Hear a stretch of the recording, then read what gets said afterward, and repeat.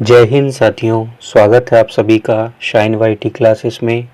Hindi short hand की practice dictation 100 शब्द प्रति मिनट गति से डिक्टेशन 5 सेकंड में शुरू होगी। स्टार्ट। महोदय, मैं अभी एक प्रस्ताव पढ़ रहा था जिसके मसौदे में 3 वर्ष की अवधि बताई गई है। किसी विशेष अवधि में मेरी दिलचस्पी नहीं और कुछ समय से मेरे मन में दीर्घकालीन उद्देश्यों की बात सिवाय एक आदर्शवादी रूप में उठी ही नहीं है। मैं अपने लिए कुछ दिन या कुछ सप्ताह आगे का कार्यक्रम नहीं बना सकता।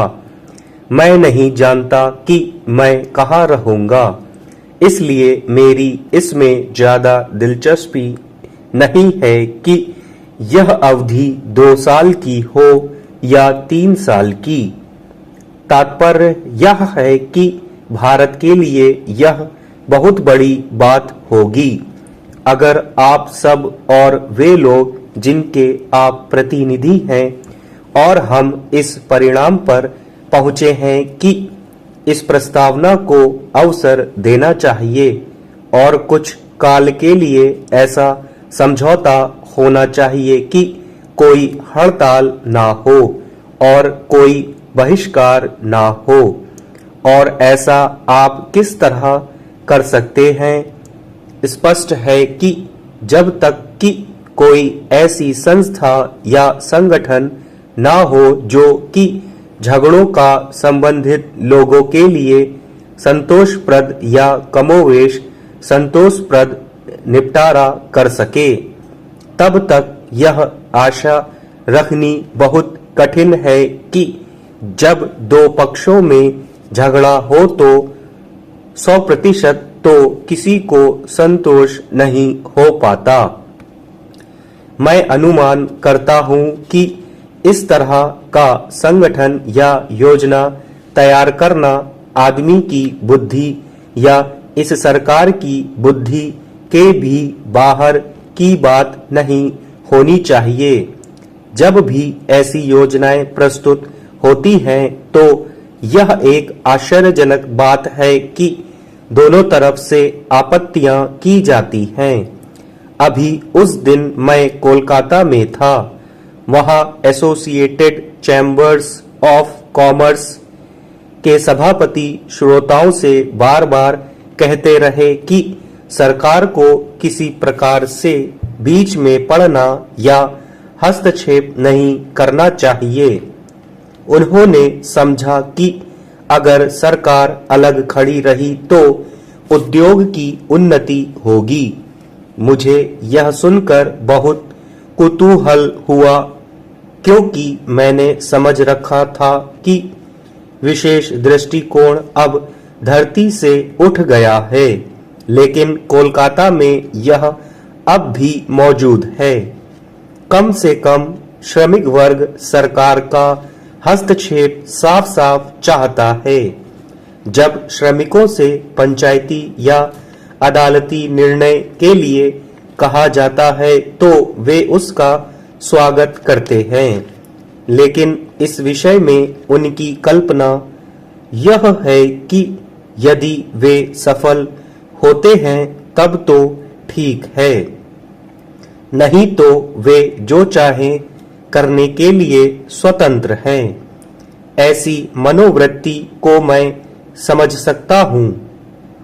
यह पुराने समय का एक अवशेष है, लेकिन व्यवहारतः अगर आप निर्णयों को इस दृष्टि से देखते हैं तो पंचायती या अदालती निर्णय असंभव हो जाता है।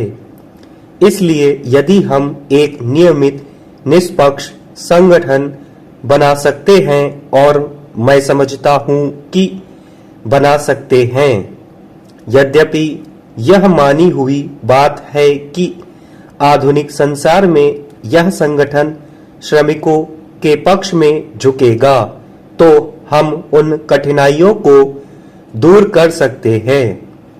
मैं इस समय भविष्य की आर्थिक नीति और राष्ट्रीयकरण के गुण दोष के विषय में अंतिम निर्णय के संबंध में नहीं कह रहा हूं। महोदय, इस समय तो मेरी समझ में पहला कदम यह होना चाहिए कि छोटे छोटे भेदों का आपस में निपटारा हो जाए और हम नीति संबंधी बड़े ध्येयों पर विचार करते रहें। नीति संबंधी बड़े ध्येयों के विषय में मैंने अभी कुछ कोलकाता में तथा कुछ और जगहों पर कहा है, उसे मैं यहाँ ना दोहराऊंगा। एक ऐसे व्यक्ति की स्थिति से बोलते हुए जिसका कि उद्योग के समाजीकरण में विश्वास है, मैं यह कहना चाहूंगा कि आजकल प्रायः वर्तमान उद्योगों को ही सरकार के अधिकार में लाने की बात पर ध्यान दिया जाता है, न कि राज्य द्वारा या राज्य के अंकुश में नए उद्योगों के निर्माण पर। बहुत से मामलों में यह आवश्यकता पड़ सकती है कि बुनियादी किस्म के वर्तमान ढंग के नए उद्योगों के निर्माण पर दें और उन पर पूरा नियंत्रण रखें। ऐसा करने से ही राज्य के साथ साथ देश का भी संतुलित विकास होगा और तभी, क्योंकि राज्य के साधन बढ़ेंगे और राज्यवासियों को खुशहाली का वातावरण सुलभ होगा और वे साधन आगे की ओर संयमित उन्नति के लिए उपयोग में आएंगे, जो केवल एक मौजूदा चीज पर अधिकार करने के लिए नहीं होगा। यह अवश्य है कि कभी-कभी ऐसा भी करना पड़ता है। अगर मुझसे पूछा जाए तो मैं यह कहना चाहूंगा कि कुछ सीमा तक मेरा चिंतन वैज्ञानिक झुकाव लिए होता है और मैं स्थिर की अपेक्षा गतिशील ढंग से विचार करने की कोशिश करता हूँ। वर्तमान उद्योग जिसके विषय में अधिकतर लोग क्या पूंजीवादी क्या समाजवादी एकदम गतिहीन ढंग से विचार करते हैं, मानो सदा इसी रूप में चलता जाएगा, जबकि वस्तु स्थिति यह है कि वह बिल्कुल दकियानूसी हो गया है और उसके अधिकांश को नष्ट कर देने की आवश्यकता है। यदि आप किंचित गतिशील ढंग से विचार करें तो आप देखेंगे कि हम परिवर्तन के एक बड़े युग में से गुजर रहे हैं, जबकि शक्ति के बिल्कुल नए स्रोतों को उपयोग में लाया जा रहा है। आज न सिर्फ औद्योगिक क्रांति या विद्युत क्रांति के ढंग की चेष्टाएं हो रही हैं, बल्कि उससे भी दूर के परिणाम रखने वाली बातें हो रही हैं।